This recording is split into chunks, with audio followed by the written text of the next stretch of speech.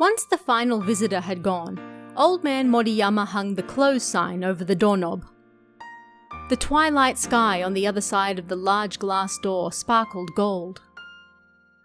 The old brick library greeted the autumn sunset quietly. "Well then, let's go," the old man said to Chisato beside him. Chisato nodded once with a tense expression on her face. She wasn't wearing her junior high uniform. She was in plain clothes, her jeans and a shirt. The old man had once told her that she should wear clothes she was comfortable getting dirty, because work was work, after all. But honestly, she never wanted to wear her school uniform again. She hadn't even worn it for 6 months, so perhaps she was also just not used to it yet. The pair's footsteps echoed down the long hall, the roof high above them as the setting sun's rays peeked in. Suddenly, Chisato stopped in her tracks. She heard something outside the window, like heavy rain suddenly pouring down. "Ah!" The old man smiled. "That's the call of the birds. They're all gathered on that tree right there, several hundreds of them. They all start chirping around this time. I wonder what they're talking about." "I don't know." That was all Chisato said. "Are you worried about work?" "No.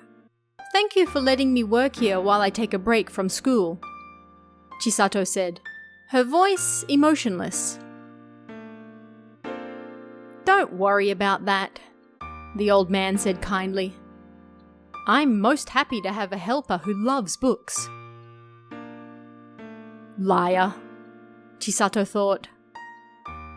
There was no way he didn't care a thing for other people's business. Everyone did. And Chisato didn't particularly care for books either. Before she took a break from school, she fooled her parents. She left the house in the morning, pretending to go to school, and then returned in the evening. There weren't many places around to kill that time though, and it would be a bother if anyone happened to see her. And so, while she was looking for somewhere to go, she happened across this library on the outskirts of town. She had no idea it was there. It seemed to be privately run, and perhaps because both the building and books were old, few people used it. Thinking nobody would find her there, she started going every day, mechanically flipping through books until evening, so nobody found her suspicious. She didn't look at what was inside the books. But it seemed that the librarian, Old Man Moriyama, had noticed her. "If you like books so much, why don't you help me keep this place in order for a bit?" he said to her one day. She agreed because it meant she had a reason not to go to school. That was all. Then she told her parents about it. Of course, they were surprised. It was the first they'd heard of their daughter not going to school. They asked her why. She managed to persuade them. But because Chisato didn't say anything, in the end, her parents let her school know that she'd be taking a break. Her parents went to visit the old man to discuss matters. Would he take Chisato under his charge? Would he accept responsibility for her? They apparently said something like that. They were no doubt just worried about whether he would take in a capricious child who refused to go to school.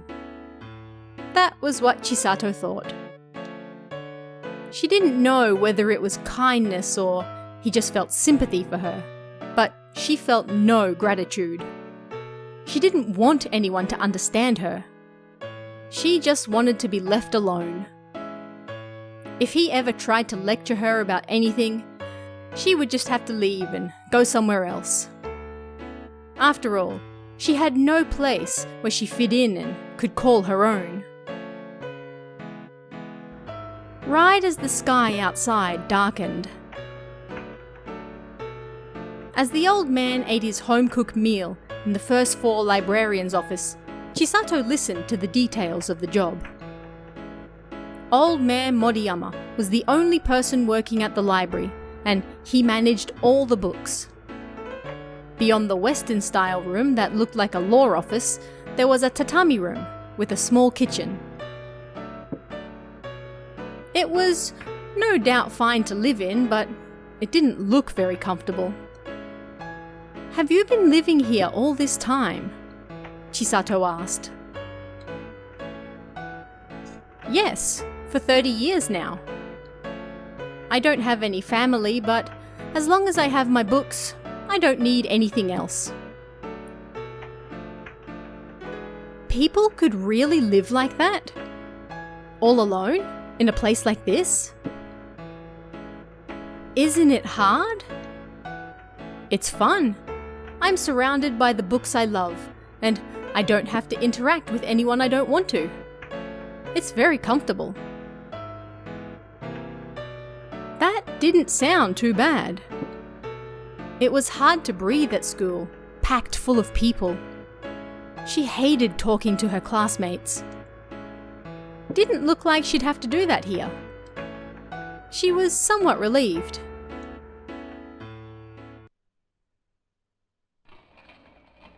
As night fell, Chisato pushed her cart into the library stacks. When she opened the door behind the counter in the reading room, there was a small set of stairs.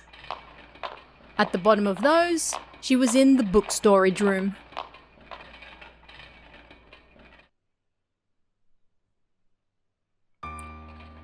Stacks as high as the roof spread out before her, and the room was dim in the faint fluorescent light.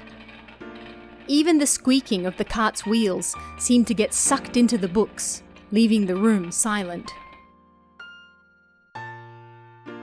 Chisato stopped in front of the bookshelf at the end of the room. She brought a ladder and looked at the spines of the books on the top shelf. The books were dusty and old, and she could barely read the labels. Some of them were even coming off. It was Chisato's job to check them against the cards and then replace them.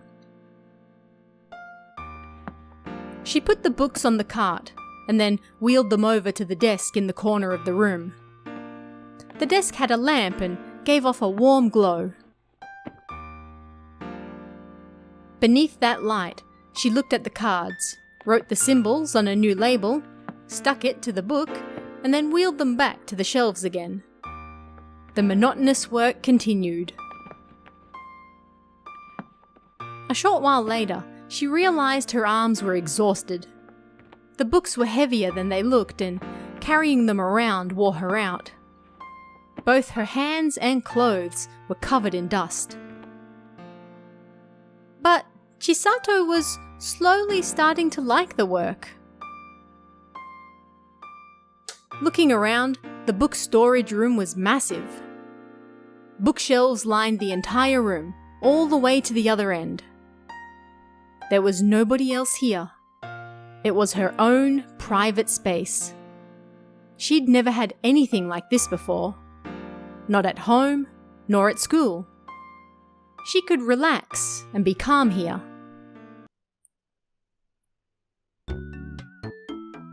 Old Man Moriyama came down after 10.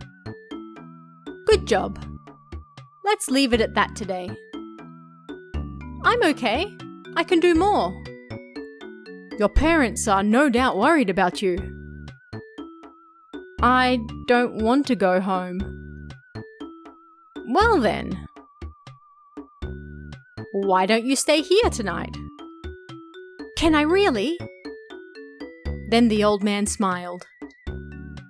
"I can't say no to a face like that, can I? But in return, will you join me for my nightly rounds?"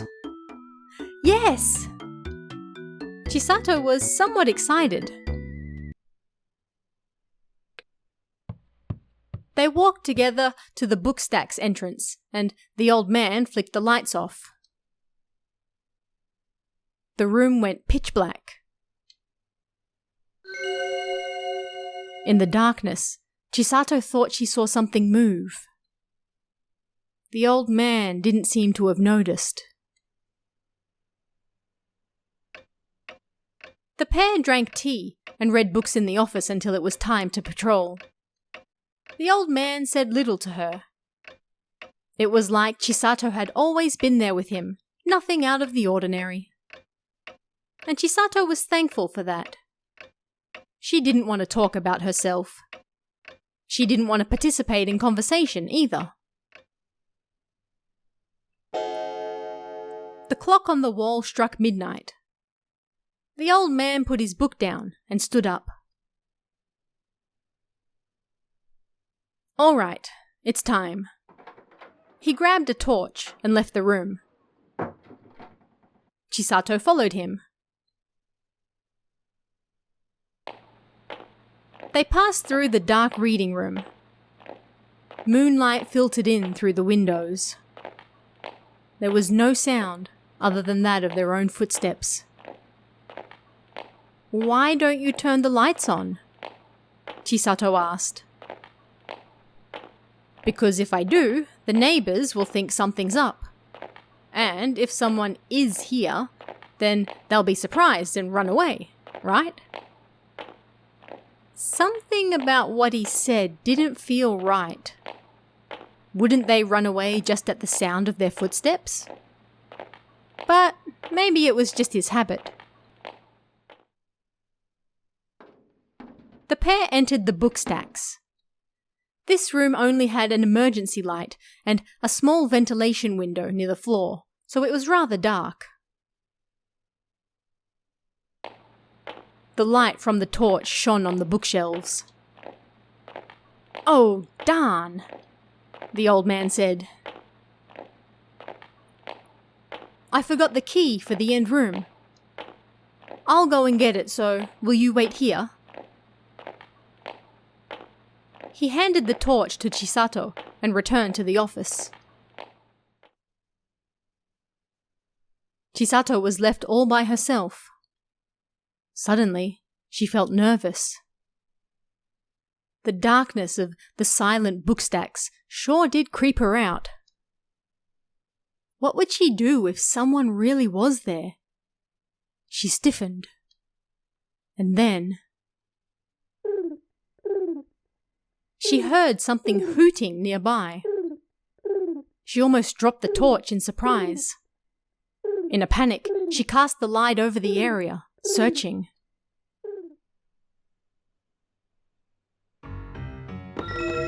There was a statue of an owl on the border between the roof and the pillar. It couldn't be. There was no way that the stone owl could have cried. Plus, it sounded so real. Was a bird hiding somewhere inside? Something looked like it moved. Chisato turned towards it with her light. And this time, she really did drop it. It crashed to the floor, but it didn't seem to notice. As Chisato stood frozen on the spot, a stone lion casually walked past. Seemed it really was a statue. But it walked slowly, like something alive, making no footsteps. Chisato watched it until it disappeared, unable to move. Finally, she screamed.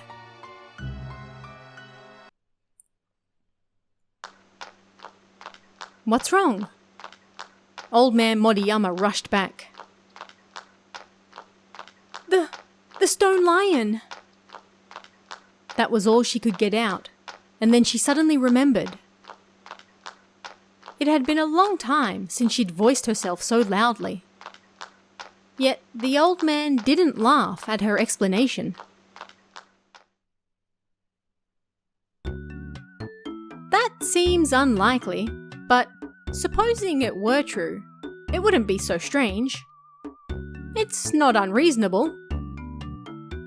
What do you mean? This building's sculptures have meaning.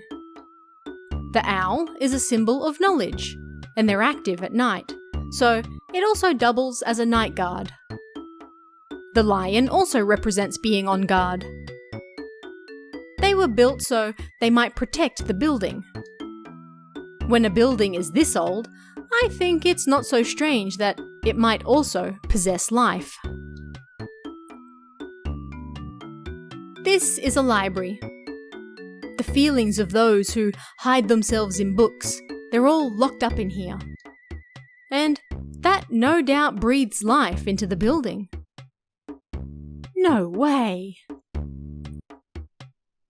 Strange, she thought. But it wasn't like she disagreed as she listened to his explanation.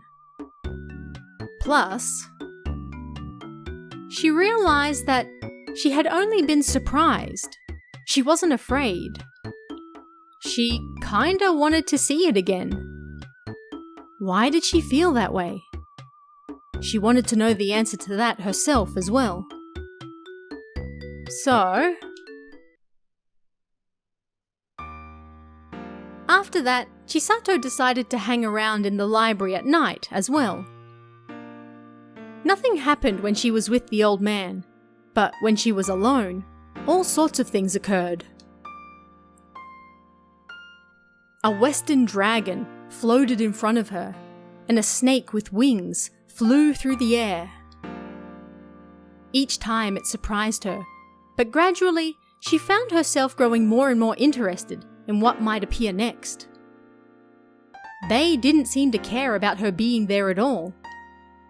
They never once looked at her. She thought that was for the better. In time, they even started appearing before her when the lights were on as well.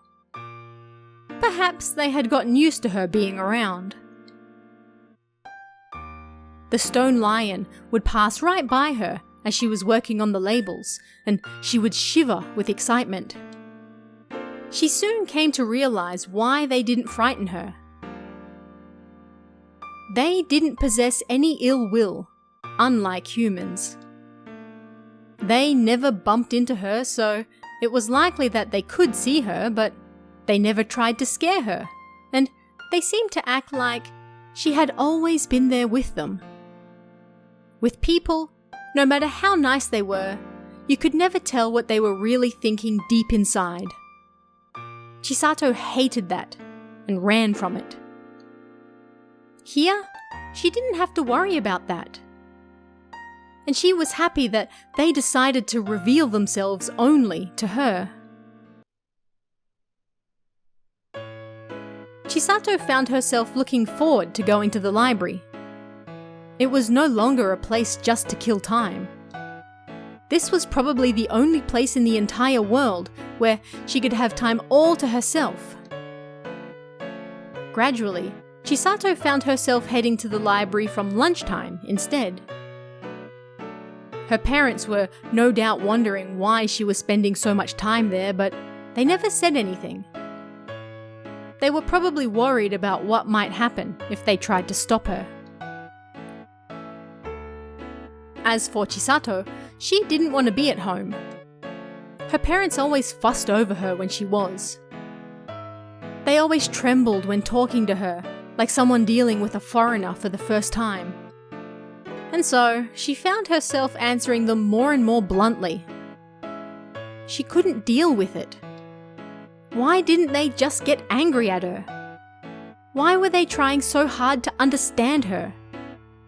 Nobody could do that. It was actually more suffocating this way. She didn't have to worry about any of that when she was in the library. She could just relax there. As for old man Moriyama, he was genuinely pleased to have the help. She fixed labels from lunchtime until the evening, then joined him on his nightly walks around the library, then read books quietly until sleep. Chisato soon found herself falling into that routine. Then one day, Chisato's homeroom teacher from school visited their house early one morning.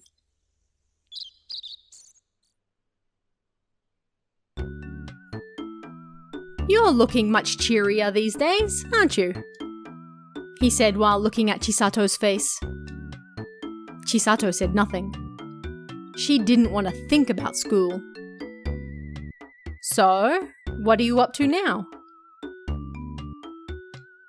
"I heard you're working in a library in town. Your mother told me." So then, why was he asking her? "How about it? Why don't you come back to school sometime soon? Everyone's worried about you." Liar. Her classmates were just pretending to care. She didn't want to hear it. All they ever thought about was themselves. And yet, they would bother her. As long as things looked good on the surface, they would act like everything was going great. It was all one big deception. And still, her teacher spoke. "I think it's difficult to return after so much time has passed, I know. But if there's anything I can do, please let me know. Having one empty seat in the class, it sure does weigh on my mind. It might be a little selfish, but it just sits uneasy with me." The way he spoke made it sound like he only cared about outward appearances as well. Was that really how he felt? Chisato considered him, and then answered, "I don't want to go back." She did feel bad for him, but she had to answer honestly as well. If she said she'd go, and then things got bad again, then that would be even more of a hassle. "I see." He looked upset, but he continued, "Well, take your time and think about it, okay? I'll be waiting for you," he said, and then left. She felt bad for him as she watched him leave. But she also felt bad for being made to think that way. Like she was being forced against her will to sympathize.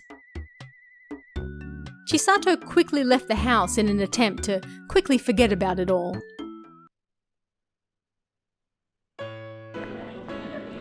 As she walked towards the library that morning, she heard a voice.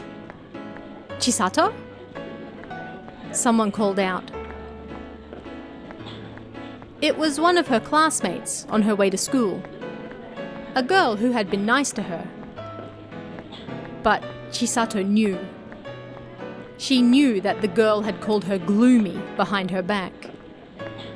The word itself didn't bother her. It was the fact that she wouldn't say it directly to Chisato's face, and the fact that Chisato had to focus on that annoyed her. "Chisato, what are you doing now?" "I'm working." "Hey, that sounds rough. Hey, come back to school. We all discussed it in homeroom and we feel bad. So why don't you come back and join us?" They didn't understand anything. They hadn't done anything, so why did they feel bad? They couldn't brush this under the rug with something as simple as that. Saying that she wouldn't go back really was the best choice. "I'm in a rush," she said, and without looking at the other girl, Chisato hurried off. That gloominess she felt also disappeared once she reached the library. "You're early today," Old Man Moriyama said, thankfully letting her into the stacks without asking why. Maybe he really was a good guy. Although he apparently couldn't see them.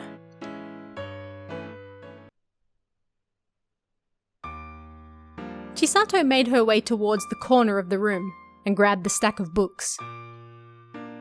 The room seemed different once again in the light, with the sun filtering through the nearby window. Like junior high, right around the start, she started. What would happen today?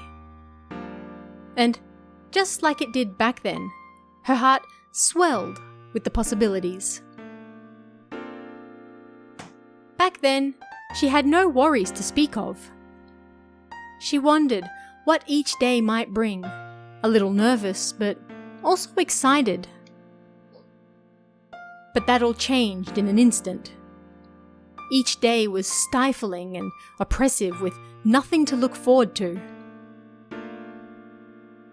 Would the same thing happen in the library that she was spending her days in too?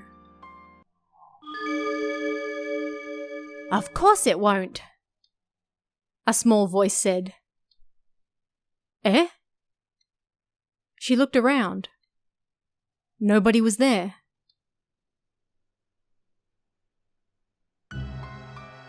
I'm right here. Open up. The voice came from inside the book Chisato was holding. Nervously, she opened it. There was a bookmark inside it, with a brightly drawn boy on it. He must have been about 5 or 6 years old. His clothes and hairstyle made him look like a child from China long ago. Suddenly, that picture floated up into the air. He got bigger and bigger, and once he was about 30 centimeters high, he stood on the ground. Who are you? Chisato forgot how creeped out she was and asked the boy before she could stop herself. Looks like you really like this place, huh? The boy grinned. You're not afraid of us and you won't tell anyone, right? Thanks. No worries. Chisato was pleased. In fact, I'm the one who's happy to see you. I made some friends all of my own.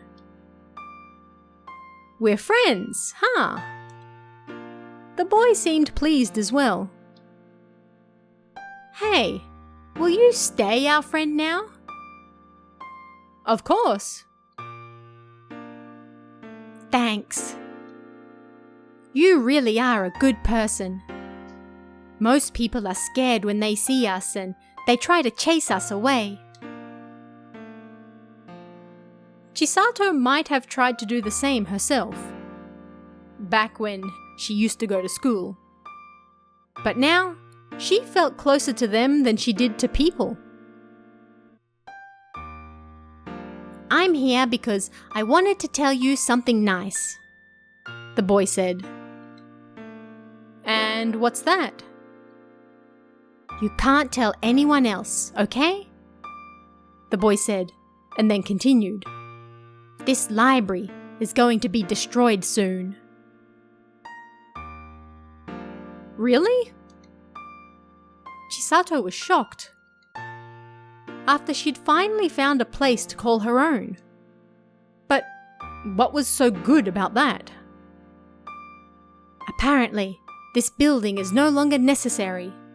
It's sad, but there's nothing we can do about it. Still, we don't intend to disappear quietly into the night.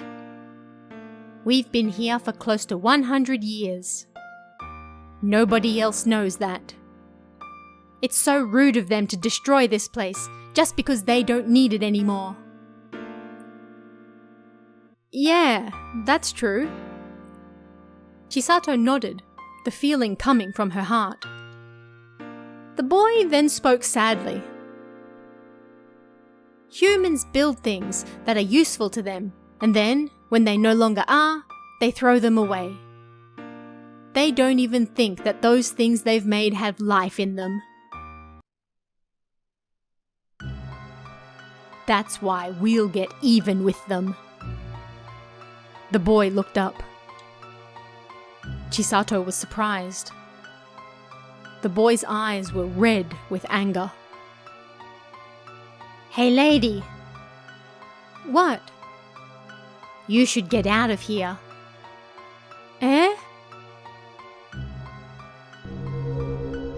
"Get out of this town and go somewhere else. We're going to destroy this whole city." "Why would you?" No matter how they felt, that was going a little too far, Chisato thought. But the boy's voice was angry. "We've already made up our minds, so you can't stop us, okay? There's a fish behind the stacks. Go and have a look. Once it starts acting different, you need to get out of here. All by yourself. You mustn't talk to anyone. If you do..." The boy laughed with an expression that wasn't of this world.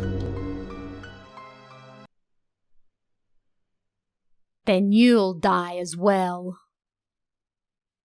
A chill ran down Chisato's spine. The boy floated back into the bookmark.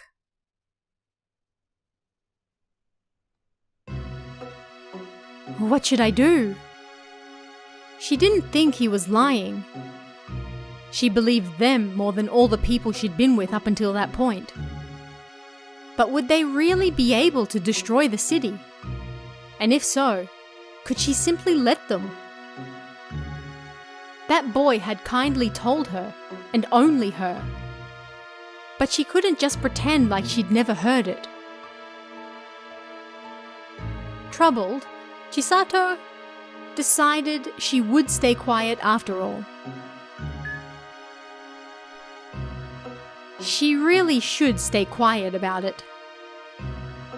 If she told anyone, they'd just think her mad. Maybe everything she'd seen thus far was just an illusion anyway, and that made her unable to tell anyone else. But she was still worried, and so she searched the back of the stacks. There was a fish.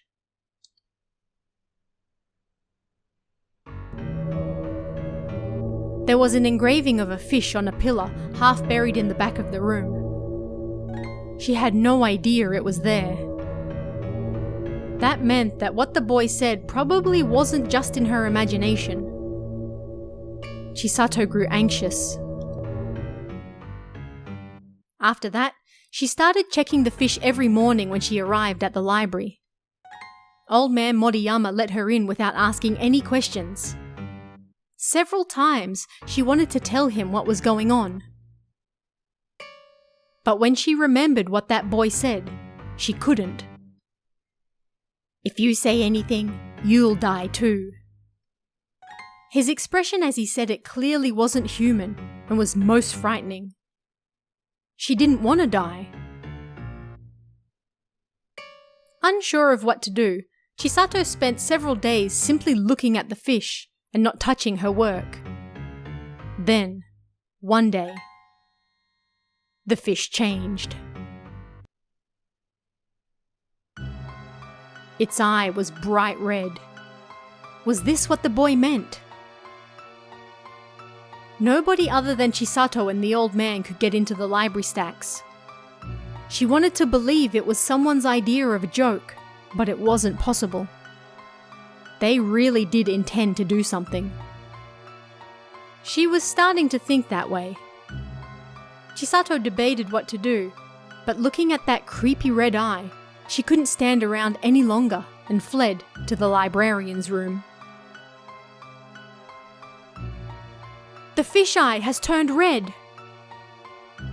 The old man turned around at her voice and nodded his head as though that was only vaguely interesting news.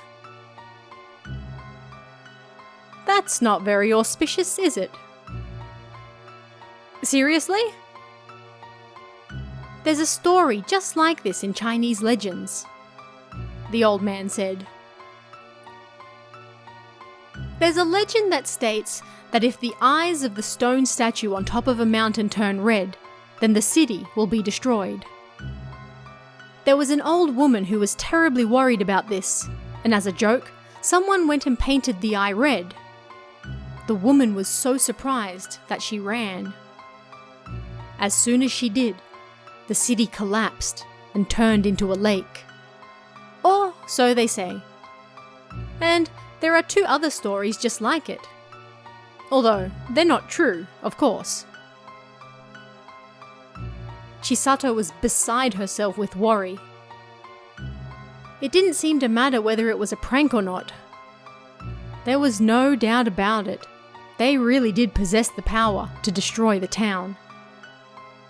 And so, Chisato said to the old man, "Is there any way to stop it?" "Do you believe that story?" The old man apparently hadn't thought too much of it. And so, Chisato told the old man everything that had happened, right from the beginning. They told her to never speak of it, but at the very least, Chisato wanted to save this blameless old man. "I see." He nodded lightly. "Well, things like that might exist, yeah. But the book only mentioned that the town was destroyed and no way of stopping it. So then, we need to tell everyone to run." "Do you think anyone will believe you?" He was right. There was no way that people who only listen to the surface of everyday conversations would hear out such a ridiculous story. Chisato was troubled. Then, a massive roar sounded from the library stacks. The pair ran over, and their breath caught in their throats as they opened the door.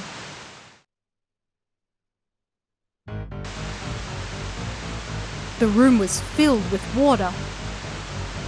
Water was spilling forth from somewhere and gradually filling the room. But they were on the 2nd floor. "Oh yeah, now I remember." The old man clapped his hands. According to the legend, there was suddenly a rush of water that swallowed the town. That was exactly what was happening to them now. And perhaps it was because the creatures in the books were doing it that it followed the story exactly. "I'm going in."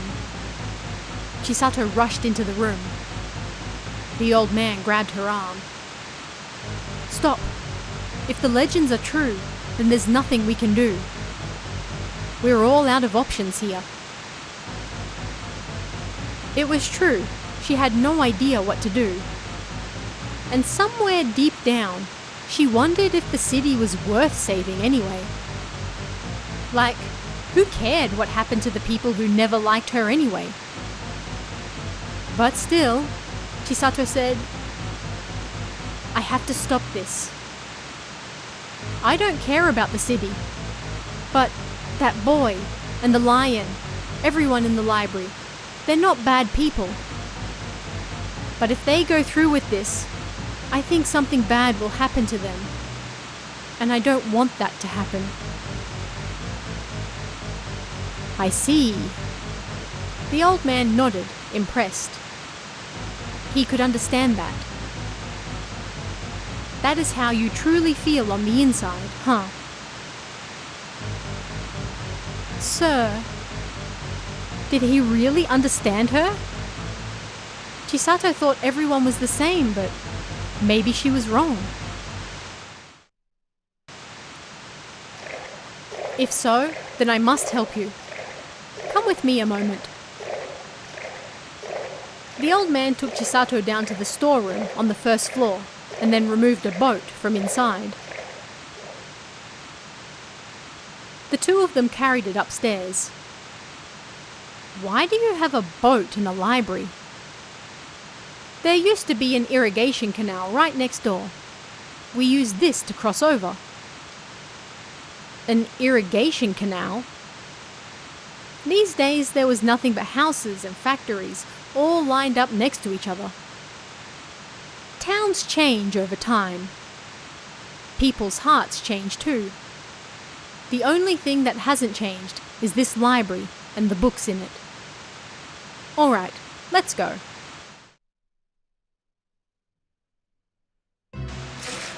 The old man set the boat out in the library stacks and got in. Chisato jumped aboard as well. They proceeded further into the room. Water continued to noisily fill the room. The books that hadn't yet been put away, desks and wagons, all floated in the deep, clear blue water. As she looked into the water, Chisato was shocked. It was so deep that she couldn't see the bottom. Somewhere down below, a small shadow passed by. She didn't think there would be enough water for the boat to float on, but it seemed they'd ended up in a space different to the rest of reality. But it's so cold! Chisato touched the water and was shocked. It was strange, but this really was real water. At this rate, it would leak out of the library and destroy the town. What should we do? Let's go and look at the fish first. Maybe he might know something. The old man didn't seem surprised by anything around him and rowed the boat further in.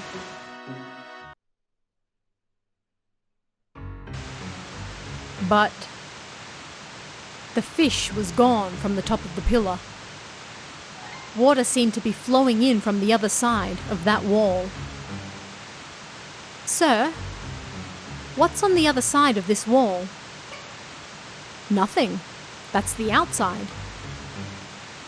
Chisato was at a loss for words. Then they had no idea where the source was to stop it.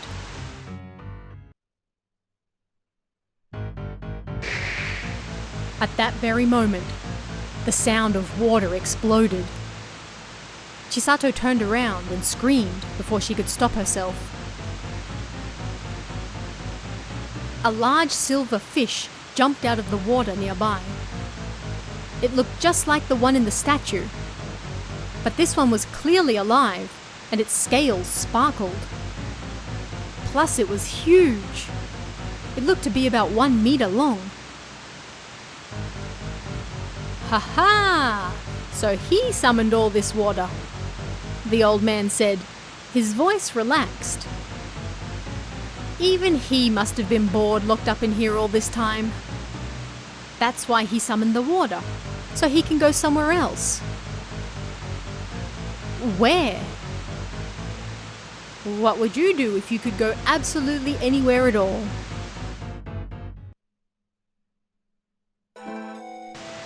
Chisato thought it over. I'd want to go anywhere. Yeah. Chisato realized something. It wasn't like she wanted to lock herself up in here. She wanted to escape from the whole world.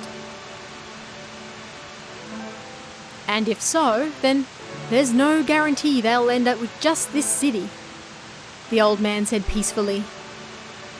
Maybe they'll flood the whole world with water. She didn't want that. Supposing that she was able to save herself, being all alone in the world was far more horrifying than death.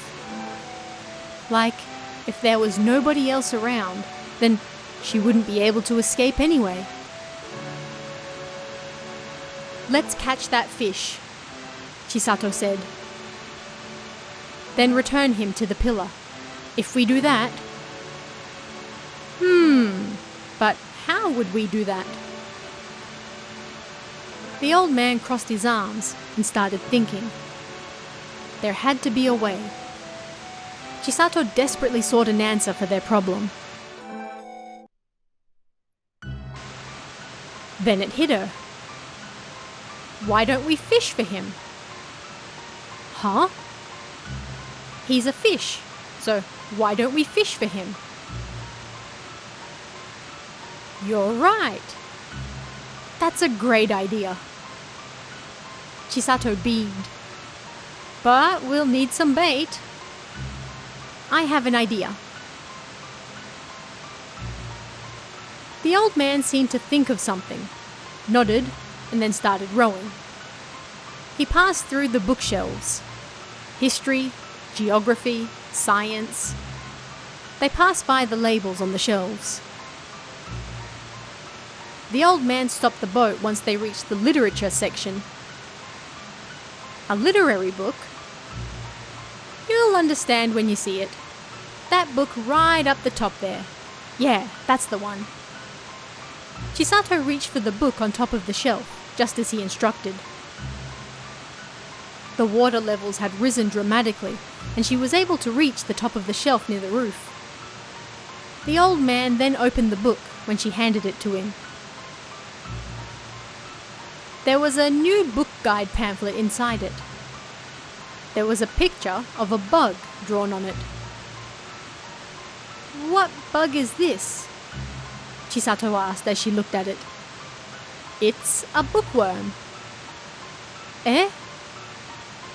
A bug that attaches itself to books. It's written with the kanji for paper and fish. See? It says so right here. If we're trying to catch the library fish, then we should be able to do so with this. I had no idea we had a book like this here, Chisato muttered. Even if she had seen it, she hadn't looked inside. You should read it when we get out of this mess. Do you have a handkerchief? After taking a handkerchief from her, the old man tore it into thin strips with his teeth, and then dangled the book from the end of it. He dropped it into the water. If I catch it, then it's all up to you. You've got to make it return to where it was. Okay. She thought about what to say to convince it as she waited. Time passed slowly.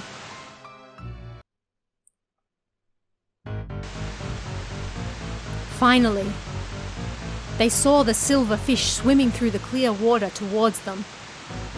It circled the desks, and then suddenly went straight for them and took the bait. The old man yanked the string. He was almost pulled into the water. It's a heavy one. Help me out. Okay. The two of them pulled on the rope as hard as they could. The fish was strong and tugged the boat across the water. But still Chisato didn't let go. Then the tugging on the other end suddenly weakened. Now! The two of them pulled with all their might. The fish jumped out of the water. The two of them fell back into the boat with the momentum. And the fish fell in front of them. The boat rocked and threatened to sink. The fish flopped about violently. The old man held it down. We don't have much time. You have to do something before it escapes again. Chisato looked down at the fish. Its mouth opened. Its ferocious teeth turned towards her.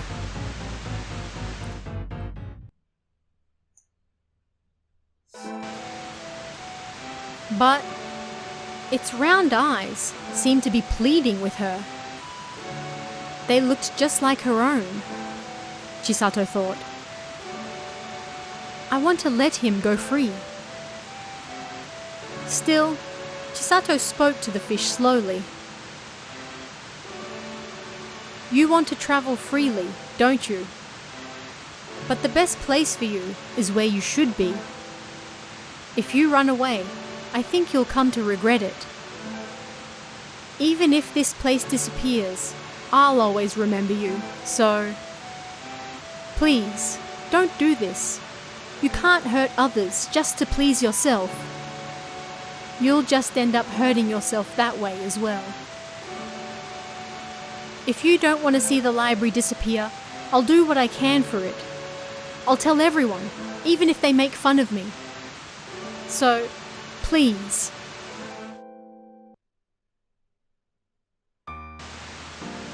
The fish's eye seemed to move slightly. The very next moment, he disappeared. The old man, who was holding the fish down in the boat, fell over. The water started to recede before their very eyes. The boat landed on the floor. Chisato got out. Everything was dry. The books were safe too.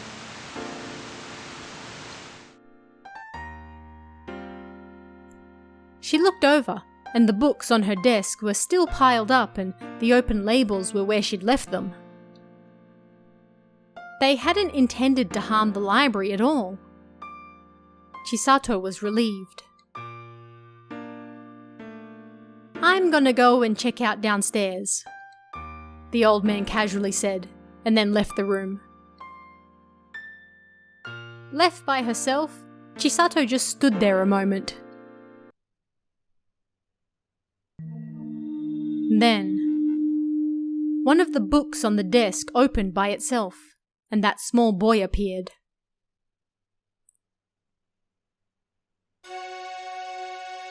I'm sorry, Chisato said. I know how you feel, but I couldn't let you go through with it. It's fine. The boy smiled. You understand us, and that's good enough for us. Now we can go in peace. Go? Go where? To the other side. We have to go back now. Our home is about to disappear. Really? Chisato felt saddened. But she'd finally found someone who really understood her. Then the boy continued. Will you join us? You're all alone here, aren't you? I think you'll be happy if you stay with us. Yeah. Chisato nodded and then answered.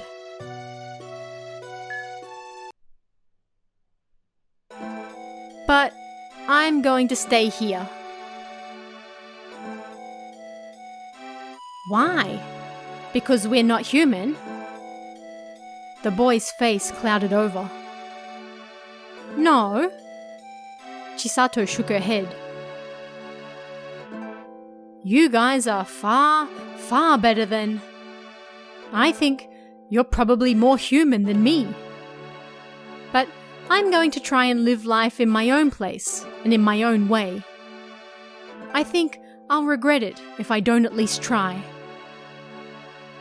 It's because I'm a living person that I can't go. I'm sorry. That was how Chisato truly felt. Then, the boy smiled. Then that's fine. Really? If you joined us, then you'd turn into a monster too. Because we aren't human, after all. We can't let you become just like us too. You'll be fine by yourself now. We were really worried about that. Goodbye. When he was done talking, the boy grew smaller and then disappeared into the bookmark.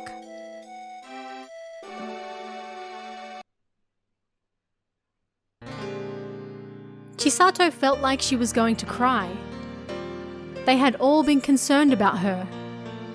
They probably didn't want to destroy the city in the first place.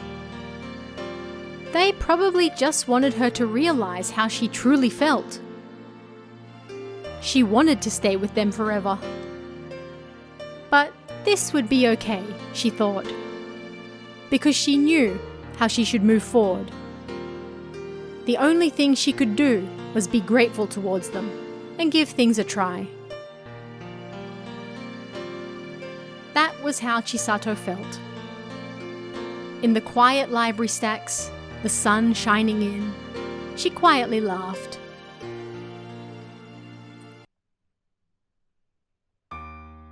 Before long, the library was torn down. A large apartment building was put up in its place. Chisato started going to school again. Of course, it wasn't like things changed immediately. She hated how people looked at her with pity in their eyes, and so she still skipped school a lot. But when she thought about how they were all the same in the end, her rash antipathy started to fade.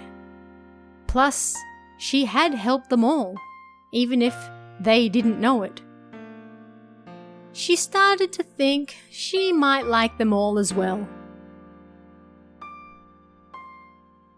A short while later, Chisato received a letter at home. It was from Old Man Moriyama.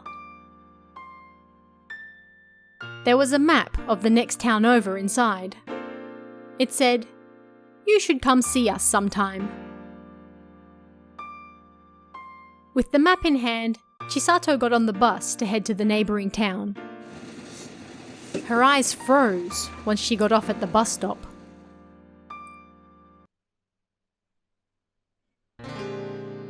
She saw a library that looked exactly the same as the other one standing next to the park. Chisato ran towards the entrance. "You surprised?" The old man greeted her, and he looked well. "Wasn't the library torn down though?" "We can't use this as a library anymore, but it still stands as a memorial hall. And I'm the manager." "What about the books?" "We can't put those out anymore. But they're still here, those guys." "Eh?" Chisato was surprised. The old man smiled. "I've been able to see them all this time. They just thought I couldn't see them." "Is that so? So it wasn't just her then." "I've lived in this library for decades. Of course I know how they feel about the place. That was why I was in discussions to move the building since long ago." "But then, you should have said something." "But it's exactly because I didn't that you were able to finally stand on your own 2 feet, and they were able to get to know you and say what they wanted to say to you. And that makes it worth it, don't you think?" Pain and sadness tore through Chisato's heart. The old man knew everything and brought them all together. He knew there were people who loved the library. And he knew about her. "Come, let's go pay them a visit. I wonder if you can still see them." "I've no doubt I will." Chisato had changed since then, but she wasn't some regular grown-up. She hadn't forgotten how she felt back then. That was why she was sure she would still see them. And she was sure they'd happily greet her as well. She was certain of it. She entered the library as she pondered what she would say to them. Just like when she had started at school.